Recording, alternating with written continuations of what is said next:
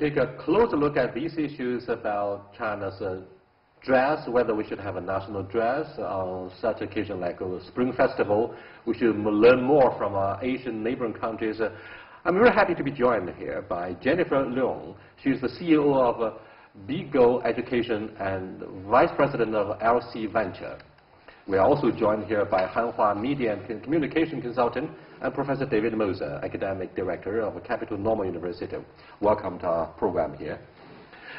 I'm very happy to be joined by Malaysia, truly Asia. So the focus of this discussion is about Asia itself. Does it mean automatically by being Asia, we are more conservative, more cautious, and more diversified compared with Europe and North America, namely compared with industrial nations? Jennifer? I think being in Asia, Asia has a unique component of culture and custom. Just like Malaysia, we are a very diversified country. We have 3 races, the Malay, the Chinese, and the Indian. And each race has their own custom, traditions, and culture. So in a way, they are diversified in their food, in their ceremony, in their background, and in their family roots, I would say. Therefore, they are very special in that sense. So it is hard to generalize that Asia and Western because they are all different and have their own special, unique characteristics.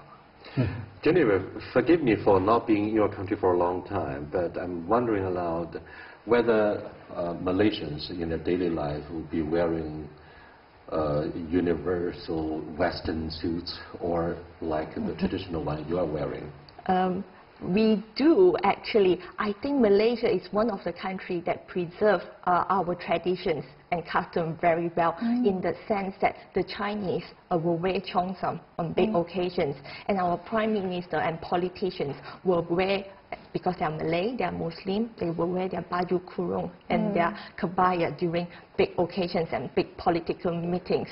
Maybe there is an influence of religion aspect into it, and the people will see that as something that they have a religion. They respect that, and that is one of the important elements to the people to know that the presidents actually care and have something that they worship too. David, you've been in China for years. The United States has been known for being inclusive, flexible, practical, because it's a nation of immigration. But in Asia, do you have a sense of alienation? Because we are so diversified, and I would say many young Chinese are so casual. They don't care about how you look. They just want to feel comfortable with their own way of life. Well, actually, Yang Rui, that aspect of wanting to just dress for comfort actually feels quite normal to me, because when I was young, and I'm in academia, remember, I'm not in the business world at all, and we actually do put a premium on comfort more than formality. But I think there's, as an American in China and in Southeast Asia and Asia in general, for us, there's a sort of a norm that's based not just on America, because America is also a country of immigrants. We're sort of what in Chinese they say, Omei, which is the sort of Europe and America nexus, sort of connection. So there's a kind of a norm that has to do with the business dress and everything that's shared by America and in Europe, broadly speaking. So when I see, we have a certain amount of diversity that's just America and Europe. But when I'm in Asia, I see all these different styles, which also has something in common. But there's Japanese styles that have been influenced by China. There's Chinese influence in Malaysia. There's in Singapore, you can see all these mix of Malaysian and Chinese and Indian food and everything. So for me as an American, it's a wonderful sort of fusion cuisine and fusion fashion cuisine, where there's all these Asian. It feels Asian no matter what it is. The use of chopsticks, for example, is Asia. But it feels wonderfly diverse and multicultural, even though it's no different than Europe and America, where you do have also a lot of diversity. But to me, those feel like a unity, whereas here they feel like diversity. Well, with regard to Asian cultures, let me tell you, when I was reading English articles about the world, for example, Time Magazine, The Economist, Newsweek, I tend to find out American writers or journalists use Asians instead of Chinese or Koreans, Japanese. They would use the single word Asians to refer to people in Asia. Yeah. And I feel a little, to be honest, I feel a little bit offended because I always think Chinese are Chinese, Japanese are Japanese. Why don't you use ethnic word like Asian, period, to simplify very diversified cultures and population? Hanwha, I wonder if you have the same feeling.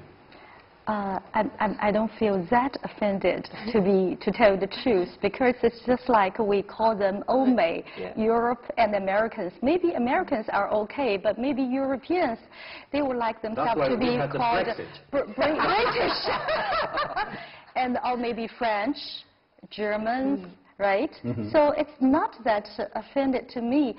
It's simply because it's Asian countries, Far East, Southeast Asia. They are very exotic to those Westerners.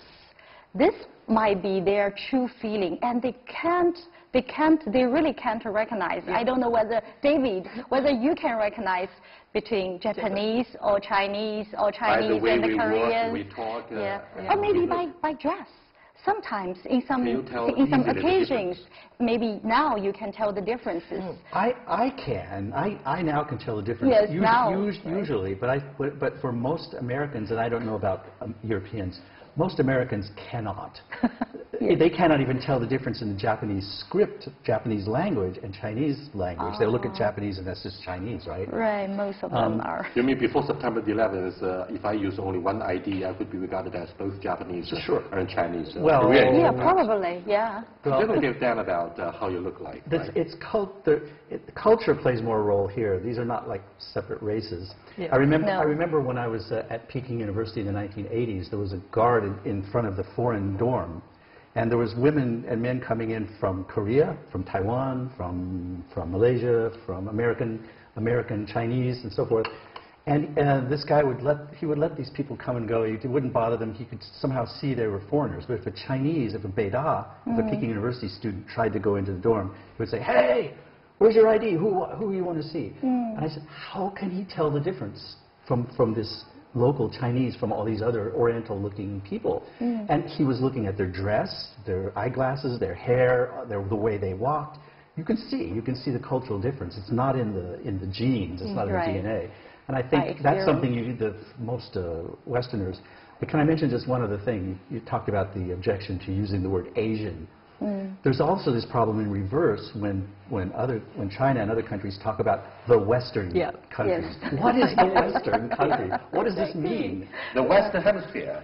No, it's not. It's not that simple. It's not that simple because you have Australia, you have New Zealand, you have these things. It's not just hemisphere. South America. I mean, there's one thing in common. They share the same values, right? Exactly. It's really a big topic. But anyway, it's a good topic because I would argue that these so-called Western countries are just as diverse in their dress and their food as Southeast Asia. Yeah, and I don't know if the Chinese lunar calendar is celebrated in all, if not in most Asian countries. Taking Malaysia as an example, do you think this is as important as Christmas? Definitely. For the Chinese. Malaysian, we have 30% of the Chinese. And for the Chinese, this is an important occasion for all of us. I mean, you might be surprised. When I came here to China and worked 5 years ago, I realized that most of my peers, they don't even celebrate a big festival like Qingming, 端午节, or Mid-Autumn Festival, 中秋节. But for us, that is a big occasion. We Chinese in overseas still preserving the roots and the tradition of being a Chinese. And that is very important by our ancestors. They told us this is something that it is your root. You need to preserve that. You need to maintain that. Is it easy for the younger generation, for kids, to realize that this is an important occasion culturally, and we should go back to the roots? It is, because it is a festival that celebrates nationwide. We have holidays. So because of Malaysia, one thing beautiful about Malaysia, because we have 3 races, so we have lots of holidays. So we celebrate the Malay Chinese New Year, like holidays. We have the But Helen, I'm afraid young people, kids in particular, who were born in the 80s and 90s. Or even the 00 generation. Oh, yeah. The art generation grew up under the impact of Hollywood. Listening to rock and roll. Yeah. They prefer to wear jeans. Yeah. Does that mean automatically tradition has been compromised?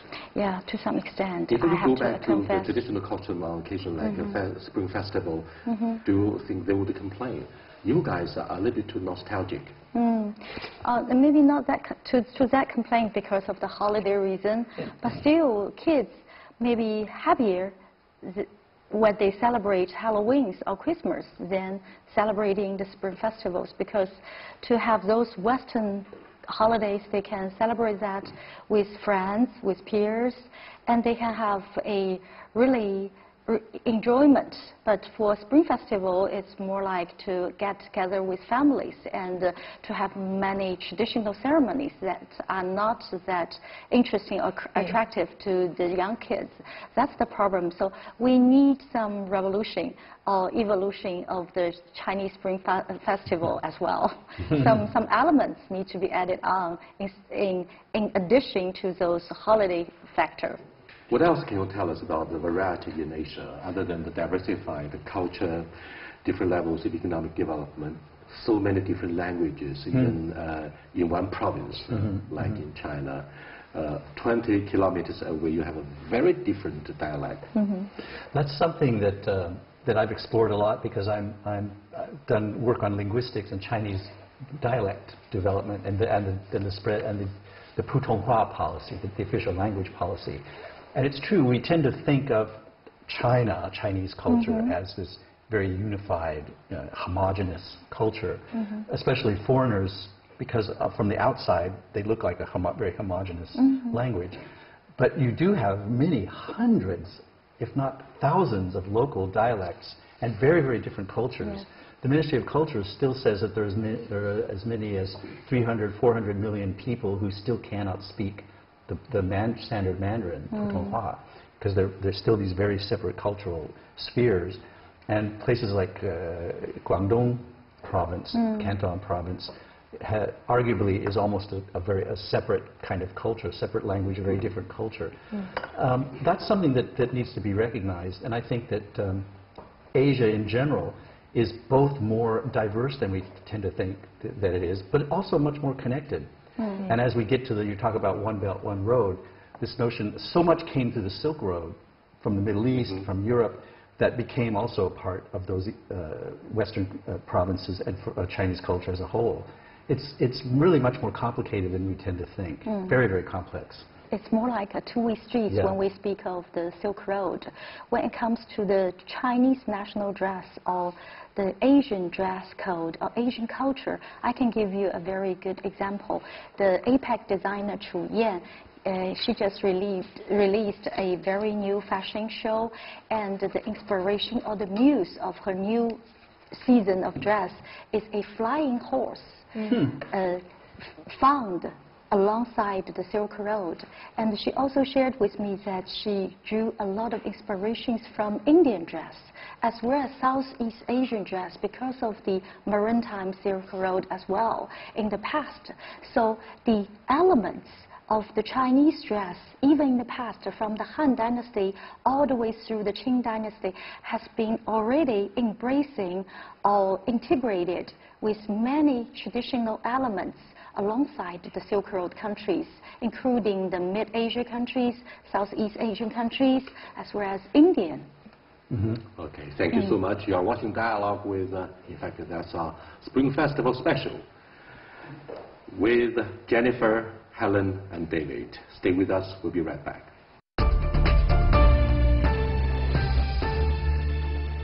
Welcome back. When it comes to the image of China, that we do care today to project a sense of responsibility. But other than that, I'm afraid on this occasion we are talking about the dress code or Chinese national dress. China is obviously the big brother, quote unquote, in Asia. We are getting so close to center stage of world politics and world economics. And therefore, do you think if we adopt a national dress, going back to the tradition, it will create a feeling of uneasiness for our neighbors like Malaysians? I think for China to adopt a national dress, it is important to have a symbol. Dressing, I believe fashion is what reflects a values, a personal values, a philosophical, and to a certain extent, it's a branding. I think we mentioned about Peng Mama just now in the last episodes. Why is it so important to Peng Mama is actually the first lady of China. Yes, the first lady of China. Not all of our overseas viewers understand what Peng Mama actually means. The fashion actually is a soft power of a country, and especially now China is a rising economy, and the world, whether it's the US or the UK, is looking up to China. So I think it is to a certain extent important for China to have a national dress, not just for the Asian country like Malaysia or Singapore, or for the Chinese to look up to, but also to tell the world that China is rising up, and we are very proud of our heritage. We are very proud of our traditions, and we have come a long way, because to a certain extent, Chinese costume or fashion it's a language. It represents the hard work, perseverance, and humility of Chinese people that we don't often see from the West. Therefore, fashion is a language that portrays and tells a story to a world. Maybe what's your take about the China return to the center stage of our own traditional costume? Yeah. I think it's a very interesting question because of the history of China's moving out of the post-liberation period into the reform and opening up period. If you remember, and I'm sure, and I know you do, during the 1980s, when the Chinese leadership first began to wear Western suits, it was actually a symbol of China's strength. The fact that we are now a world power, we're going into the international realm and asserting ourselves and being a part of it. So we're going to wear this Western norm of the suits and the suit jackets. Now, ironically, we're in the 21st century. China feels like we are no longer sort of trying to get into this Western playing field. We are already strong on our own. We can create our own geopolitical alliances. We are already strong enough to assert ourselves as an individual, as a unique culture geopolitically. Why should we be adopting your Western norms of formal dress? So in the beginning, it was sort of a sign of China's growing strength. Now people are beginning to think, maybe this is a sign that we need to get away from that and assert our own individuality as a culture. For a lot of the other Chinese observers who follow the development of our dress trend, they may have developed a feeling, look, in the early days and years of our opening up, we may have lost our national identity. We got to reorient our own cultural identity by taking a second look at the traditional costume. Exactly. At these formal occasions, we should be more Chinese. Yes, I agree totally. But are you Can I take this off? If that's the emperor's new clothes. This is the emperor's new clothes. Uh-oh, that means I'm naked? Even though we are not in some traditional Chinese dress, I think it's no way that we are not recognized as Chinese on the world stage. And if for Asian countries in the past, we are not physically but mentally as the central kingdom. But I'm really happy, from my personal opinion, I'm really happy that we are not a central kingdom in the past meaning, but more or like we are integrating, and we are also integrated by the other countries in the culture and the dress development. So it's no, in my opinion, it's no strong or urgent need. In the past, for the founding of New China in 1949, maybe we need that kind of signature in terms of the dress, in terms of the outlook, the appearances of Chinese as some new generation, new generations of to show the independence, to show we have this culture confidence, we have the cultural confidence back. But nowadays, I think let's just follow the natural flow, and there are more and more Chinese people now trying to look back and find the interesting and inspiring elements from our traditional dress and make some combination of the modern dress like our First Lady did. So it's just like to have a natural flow. By modernization or opening up, women more attention to individuality, to be more individualistic in your choice of fashion, dress code, and therefore it is very stupid and risky to go back to a unified dress code under this broad circumstance. Do you think we'll run this kind of risk? No, absolutely. That was one of the shocking facts of the 1980s, was that you could actually put on lipstick, wear clothing that was different from everyone else, because the premium before had been on. We also had the Cui Jian, the rock and roll father. Yes, individuality. In China. Yes. Don't also forget, though, a downside, a sort of uglier fact of it, is that fashion very often also reflects something that was very much downplayed in the Cultural Revolution, which is class. In other words, fashion shows your wealth, and that was something that became true in the 1980s. People would wear these designer sunglasses with the Giorgio Armani tag still on it, as a symbol, like, look, I'm rich. Look what I spent on these sunglasses, which would have been a no-no during the Cold War. And class is still an aspect of dress and sartorial. Oriental cultures. Yeah, of course. You can even go into, I'm sure, Malaysia, but Japan, you can instantly see the class differences in the clothes that they wear also. So that's one thing. But what about the countries that don't adopt the Western dress, like the leadership of Saudi Arabia, Iran, India. And India? Modi does. Malaysian leadership as well. Yes. What does that say about their culture? Why did China not do that? In fact, starting from the Tang Dynasty,